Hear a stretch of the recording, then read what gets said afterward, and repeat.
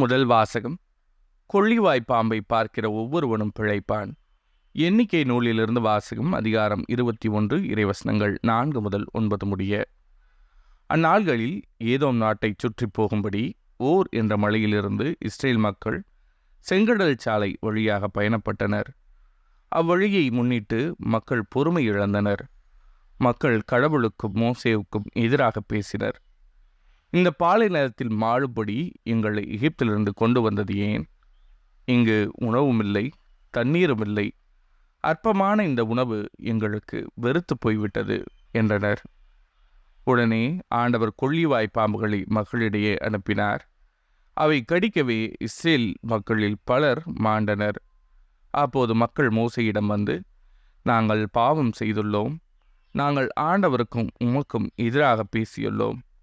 அவர் இந்த பாம்புகளை அகற்றிவிடும்படி நீர் ஆண்டவரிடம் வேண்டிக் கொள்ளும் என்றனர்.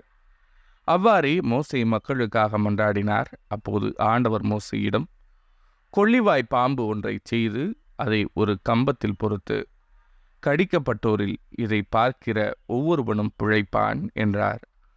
அவ்வாறே மோசே ஒரு வெண்கல பாம்பை செய்து அதை ஒரு கம்பத்தில் பொருத்தினார். பாம்பு கடித்த எந்த ஒரு மனிதனும் இந்த வெண்கல பாம்பை பார்த்து உயிர் பிழைப்பான். இது ஆண்டவரின் அருள்வாக்கு. இறைவா, உமக்கு நன்றி.